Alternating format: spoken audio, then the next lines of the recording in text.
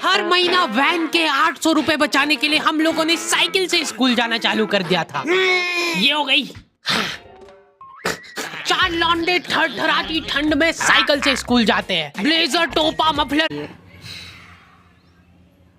बांध बुंदा के। एक तो ये ब्लेजर बहुत अजीब था हमारे स्कूल का। 2 जेब थी हमारे ब्लेजर में और 2 ही अंदर की साइड थी। हमारे स्कूल वालों को लगा कि बाहर जेब का क्या ही यूज हो सकता है, इसलिए उन लोगों ने बाहर जेब ही नहीं दी। क्या करूं मैं इस जेब का? ठंडी लग रही है तो हाथ अंदर वाली जेब में ही डाल के चलना पड़ता था। कोनी से साइकिल चला के आते थे हम लोग स्कूल। सबको ऐसा लगता था कि हम लोग अपाहिज है। और फिर एकदम से हम लोग हाथ बाहर निकाल लेते थे।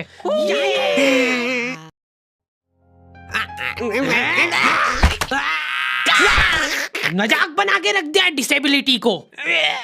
अपाहिज लोगों की रिस्पेक्ट कम हो गई थी हमारी वजह से, लेकिन लड़कियां खुश हो गई थी इस इनोवेशन से। उनको लगा था कि ब्रा का खर्चा नहीं करना पड़ेगा, अपना जो भी सामान है उसको एकदम जेंटली इन जेबों के अंदर प्लेस कर देंगे। लेकिन इसमें एक छोटी सी दिक्कत थी।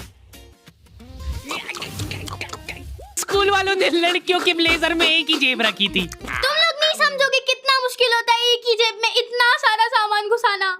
हर रोज लेट होते थे हम लोग स्कूल, क्योंकि मेरी साइकिल की चेन ढीली थी। थोड़ी सी भी स्पीड बढ़ाते थे तो वो चेन उतर जाती थी। लेकिन पापा ने मेरे को प्रॉपर ट्रेनिंग दे रखी थी चेन चढ़ाने की। एक जना ऐसे खींचेगा टायर, उतने में अपने को पानी से फटाफट कस देना है। ये हो गई टाइट। बैग में पाना पेचकस रख के लाना पड़ता था मेरे को स्कूल, कि कभी भी रास्ते में चेन उतर सकती है।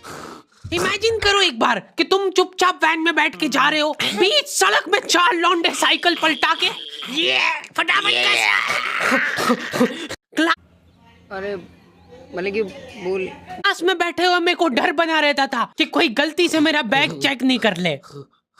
तो आज हम लोग पढ़ेंगे टेंस। सबसे घटिया, वाहियात, नीच टॉपिक लगता था मेरे को टेंस। पास्ट, प्रेजेंट और फ्यूचर तक बात ठीक थी। प्रेजेंट कंटीन्यूअस टेंस क्या होता है? सिंपल पास्ट, पास्ट कंटीन्यूअस, मतलब वो बीत चुका है पर चल भी रहा है। क्या है ये? कितना भी समझ लो इस टॉपिक को, एग्जाम में जाके तुमको अंदाजे से ही सेंटेंस चूज करना पड़ेंगे कि ये सुनने में अच्छा लग रहा है तो यही होगा सही। एग्जाम में इन्विजिलेटर हमको क्वेश्चन पेपर पे कुछ नहीं लिखने देता था। इनको ऐसा लगता था कि हम लोग क्वेश्चन पेपर पे आंसर लिख लिख के चीटिंग करेंगे। लेकिन हमारी क्लास के बच्चे एडवांस हो गए थे। ये पूरी की पूरी आंसर शीट एक्सचेंज कर लेते थे कि तू लिख के दे, को आता है तो। बोर्ड एग्जाम थी यार हमारी, और हमारे स्कूल वाले बोर्ड एग्जाम को बहुत सीरियसली लेते थे। अलकायदा टाइप ट्रेनिंग मिली थी हम लोगों को। एग्जाम देते हुए कहीं से भी बॉम्ब गिर सकता है, लेकिन तुम्हारे हाथ नहीं रुकना चाहिए। कोई बात आ रही है और माय, चाहे तुमको क्वेश्चन आता हो या ना, कुछ न कुछ लिख के ही आना है। हमारा एक ही मकसद होना चाहिए, आंसर शीट भरना। नहीं आए तो भी कुछ भी लिख के आ जाओ। मेरे को ये नहीं समझ आता कि मैं कुछ भी कैसे लिख के आ जाऊं। मेरे को आता ही नहीं है, क्या लिखूं मैं? एक तो हमको इतना डरा धमका के भेजा गया था ना सेंटर पे, मैं नर्वसनेस में जाके अपना नाम भूल गया। वहां पे इन्विजिलेटर ने नाम पूछा, मैं सोच रहा हूँ क्या हो सकता है बेटा, नाम तुम्हारा। 2 मिनट। हाँ हेलो मम्मी, मेरा नाम क्या है? बोर्ड एग्जाम के नाम पे इतना डरा दिया था ना स्कूल वालों ने हमको, अच्छों का मुंह निकल जाता है टट्टी के साथ मिक्स होके। तुम लोगों का एक सेंटर आएगा जिसके चारों तरफ सैनिक तैनात रहेंगे। बिना एडमिट कार्ड के वहाँ पे आसपास भी भटकते हो मत दिख जाना, जिंदा जला देंगे वो लोग। और अगर चीटिंग करते हुए पकड़ा गए तो ना तो तुम हमको जानते हो ना हम तुमको जानते हैं। हम लोग एग्जाम वाले दिन सेंटर पहुंचे तो बच्चों से ज्यादा सिक्योरिटी थी वहाँ पे। आज तक इतनी सिक्योरिटी मैंने एयरपोर्ट पे भी नहीं देखी थी। आर्मी वगैरह खड़ी थी वहाँ पे टैंक लेके। वो सिक्योरिटी वाले एक एक रबड़ का रैपर निकाल के देख रहे थे कि उसके पीछे तो नहीं लिख के लाया कुछ। क्या लिख लूंगा मैं इतनी सी जगह में? लिख भी लिया तो मेरे को ही समझ नहीं आएगा कि क्या लिखा है। कुछ चीजों का मेरे को लॉजिक ही समझ नहीं आया था कि तुम नंबर वाली घड़ी पहन के नहीं जा सकते हो, पहनना है तो कांटे वाली पहनो।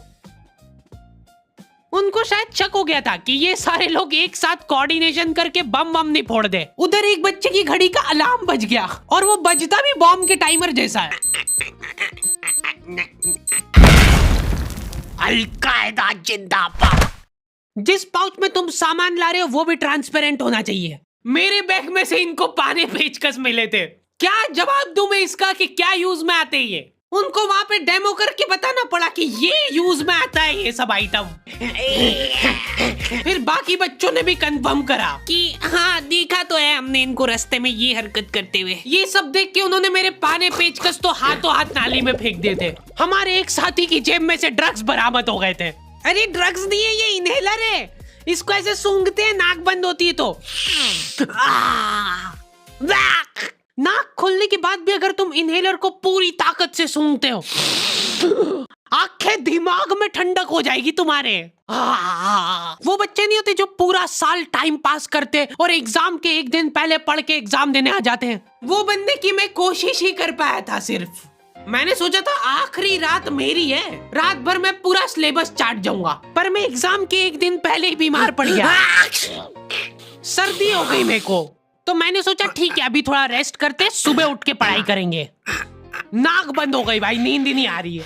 फिर पापा आके मेरे को ट्रिक बताते हैं कि अगर राइट वाली नाक बंद हो रही है ना तो लेफ्ट साइड करवट करके सो जा, फिर गहरी सांस ले, तो ये जो है ना राइट वाली खुल जाएगी और लेफ्ट वाली बंद हो जाएगी। फिर लेफ्ट वाली अगर खोलना है तो राइट साइड करवट करके सो जा। पूरी रात करवटें बदलता रह गया मैं।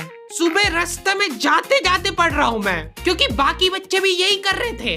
बच्चों को लग रहा है कि भाई जितना हम लोग साल भर में नहीं पढ़े उतना हम लोग रास्ते में जाते हुए पढ़ लेंगे। रास्ते में ऐसे कॉपियां लेके घूम रहे जैसे इनसे ज्यादा पढ़ाकू कोई हो ही ना। सुबह हम सब लोग सेंटर लेट पहुंचे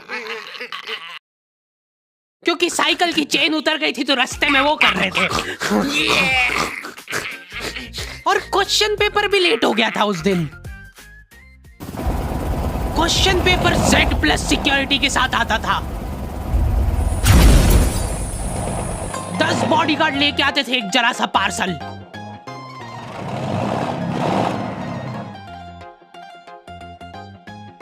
और फिर देने के बाद बोलते थे ये असली पार्सल नहीं है। असली नहीं है तो जोर से भी बोल सकते हो, ये असली पार्सल नहीं है। ये लोग पता नहीं किसी को तो गुमराह करने की कोशिश कर रहे थे। इनको डाउट था कि इतनी सिक्योरिटी के बाद भी कोई पेपर चोरी कर लेगा, तो ये लोग इतनी सिक्योरिटी में नकली पेपर लेके आए। असली पेपर तो एक और बॉडीगार्ड नाले में तैरता हुआ लेके आ रहा है। ये पानी पेचकस किसने डाले नाली में? ये लो। मजाक कर रहे थे हम तो, यही है असली क्वेश्चन पेपर। जाओ बांट दो फटाफट।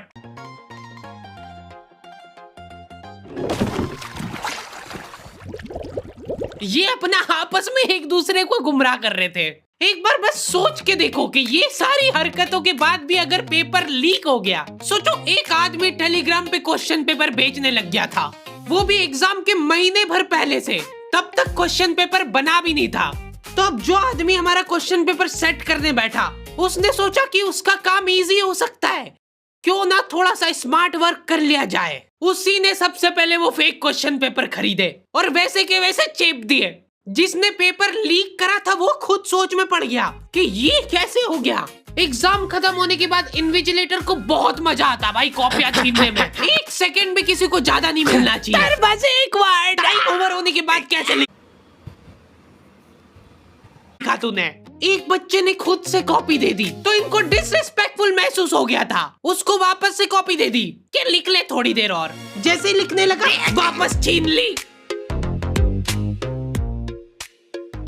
ओके, तो दी एंड हो चुका है। पिछली बार मैंने तुम लोगों को 2.5 लाख लाइक का एम दिया था, जो कि तुम लोगों ने बहुत आसानी से कर दिए थे। तो इस बार एम रखते 3.5 लाख लाइक्स का। जैसे तुम लोग 3.5 लाख लाइक का एम कंप्लीट करोगे, अगला एपिसोड में सीधा अपलोड कर दूंगा। मिलते हैं नेक्स्ट वीडियो में।